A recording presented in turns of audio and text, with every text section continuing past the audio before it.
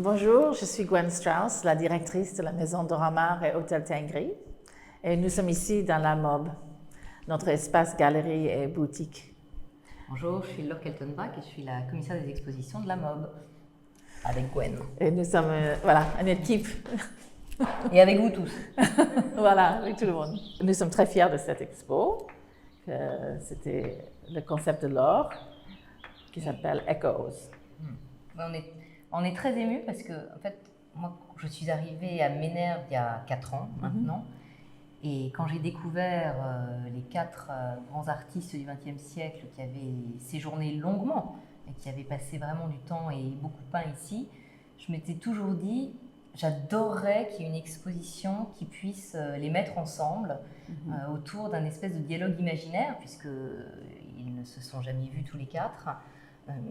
Et le fait que ça prenne vie et qu'avec Gwen, on ait cette passion pour les disciplines différentes et pour les croisements improbables et les dialogues qui se font à travers le temps, à travers l'espace, c'était quelque chose de très fort. Et là, que ça soit une réalité, j'avoue qu'en fait, je ne réalise pas bien. Oui, c'était une idée qui finalement a pris forme. Oui. Ouais. Parce que c'est pas si simple que ça, parce que l'espace n'est pas très grand, mais il fallait que ça soit quand même très fort. Et puis toute l'équipe a vraiment bien travaillé sur ce dialogue imaginaire, parce que le dialogue imaginaire, il prend 3 formes. Une première forme qui sont évidemment les peintures, et on a eu la chance d'avoir des prêts remarquables des gens de Ménherbe ou des ayants droit, ou des passionnés qui ont prêté leur tableau. Oui, ça c'est vraiment, je suis très reconnaissante de ça, c'est vraiment une générosité de village, de villageois. Exactement. La deuxième forme que prend l'exposition, c'est à travers des images qu'on voit sur le mur, qui sont des phrases de ce dialogue qu'ont prononcé ou qu'ont écrit les protagonistes, les 4 protagonistes, à savoir Jenny King, Joe Donning, Dora Maar et Nicolas de Staël. Et puis la troisième forme que revêt cette exposition, c'est aussi ce dialogue sonore, c'est-à-dire qu'on a voulu que cet écho soit habité à travers les murs de cette exposition, que ça soit un peu comme un murmure, que ça soit, d'ailleurs il y a des bruits d'oiseaux aussi qui ont été captés, tout a été capté ici, toutes les images, tous les sons, pour donner à entendre, à voir, là encore au croisement de disciplines, une exposition qu'on n'a pas voulu statique et qu'on a voulu un peu polysensorielle. Oui, et puis intime en même temps.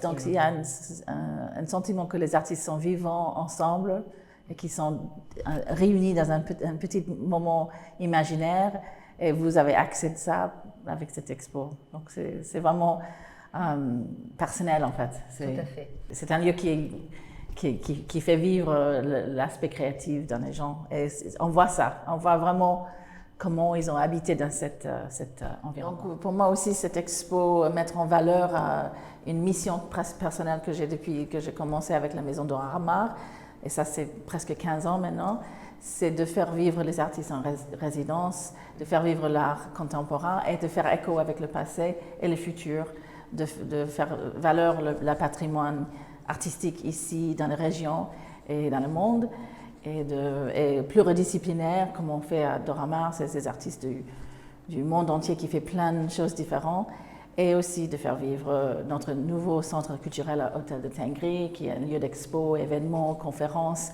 Et donc tout ça c'est en écho, je pense, tout ça c'est cette idée de faire vivre. Oui, puis de mélanger les disciplines, mais puisque les résidences d'artistes ici, il y a aussi bien des poètes que des écrivains, que des artistes plasticiens. Compositeurs, designers, philosophes, chercheurs, scolaires, toutes les palettes possibles avec les arts et lettres. Et c'est ce mélange qui est tellement enrichissant. Ce matin, je me sentais très touchée en fait de penser à Dora Maar. Et d'avoir ses œuvres exposées ici avec ses compatriotes, si on peut dire ça, ou ses collègues dans sa maison. J'étais touchée en pensant d'elle, et voilà, ça m'a... Et c'est vrai que c'est très émouvant. Et en plus, ils ont tous eu des liens. Si ce déjeuner n'a jamais existé, quoi qu'on n'en sait rien, ce déjeuner n'a jamais existé, mais il n'est pas improbable pour autant. Voilà, parce que même s'ils avaient chacun des caractères, et c'est ce que vous découvrirez en lisant un petit peu les biographies, et puis les liens qui les réunissaient chacun, notamment Joe Donning et Jenny Keane, et puis Nicolas de Staël et Dora Maar, où il y avait des liens de très grande de proximité, l'écho se fait à travers les quatre de manière assez évidente, et on a eu la chance en plus de pouvoir choisir des toiles qui font vraiment écho à leurs différentes, on va dire, passions de couleurs et à leurs différentes approches de peindre et de voir et de sentir et de humer et de décrire. Ce qui est formidable aussi, c'est que, y compris dans une exposition d'art plastique, on va dire, traditionnelle, le fait d'y intégrer des dimensions, on va dire, plus visuelles ou différentes ou plus technologiques, auditifs, permet aussi d'imaginer d'autres expos et de voir comment est-ce qu'on va pouvoir mettre en valeur des écrivains. Et d'ailleurs, je pense qu'on aura peut-être une exposition sur la poésie, les poèmes qui sont écrits dans cette maison. Ça, c'est notre prochain rêve. Absolument. Voilà. L'exposition commence le 26 mai 2022 pour se terminer le 30 septembre 2022. Donc vous avez tout l'été pour venir en Provence et à Ménherbe en particulier, bien sûr.